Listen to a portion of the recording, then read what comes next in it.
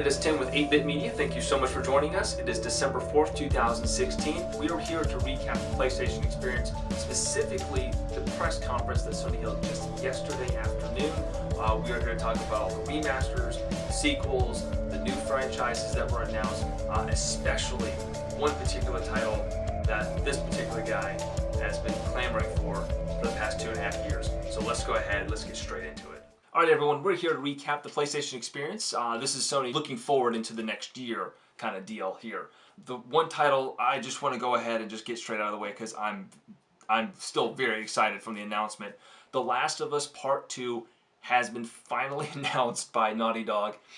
The announcement itself pretty much shook everyone until you saw the Firefly logo in that trailer. Everybody just started screaming. The trailer itself actually shows an older Ellie playing a guitar covered in tattoos, fresh wounds, and some fresh blood. Considering how much older Ellie looks, it probably takes place several years after the first. Neil Druckmann says on the sequel he can't tell you how satisfying it is to finally be able to say that Ellie and Joel are back. He does say on the sequel that it may have seemed like a foregone conclusion, however that was not the case. For those that were worried that a sequel to the original was going to be seen as a cash grab, considering how popular the game was and that how tightly told the story was, he says that he knew that it needed to be a story worth telling, perhaps more importantly, a story worthy of Joel and Ellie. After spending years on different ideas and almost giving up, we finally uncovered a story that felt special, a story that evolved into an epic journey. Now, the game is still very, very early in development, and considering The Last of Us was announced this time 5 years ago and released a year and a half later in the summer of 2013, personally, I won't expect this game until summer of 2018 at the earliest. Capcom has announced Marvel vs. Capcom Infinite, which features 2 versus 2 battles, which the 3v3 battles are no longer returning.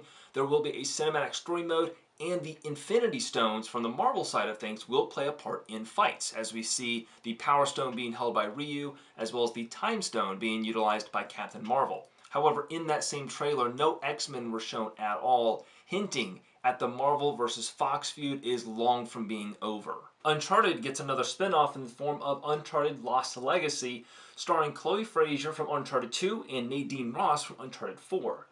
The game does take place after Uncharted 4 and is being created as a standalone experience after the initial plans of a DLC add-on for Uncharted 4 were seen as too small for the project. It will be longer than The Last of Us Left Behind, the project equivalent to Uncharted 4.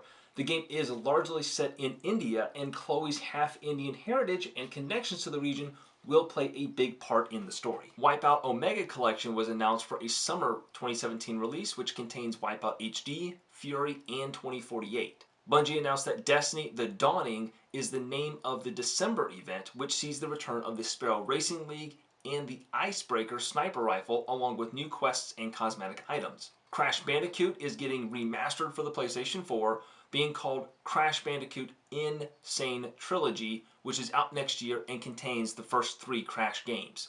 Knack 2 is getting a sequel almost nobody asked for. And lastly, House Marquee reveals their Resogun follow-up titled Nex Machina, and is just the game you'd expect from them with their twin-stick arcade shooters. Alright everyone, that's going to do it for us this week. Thank you so much for watching. We will see you next time.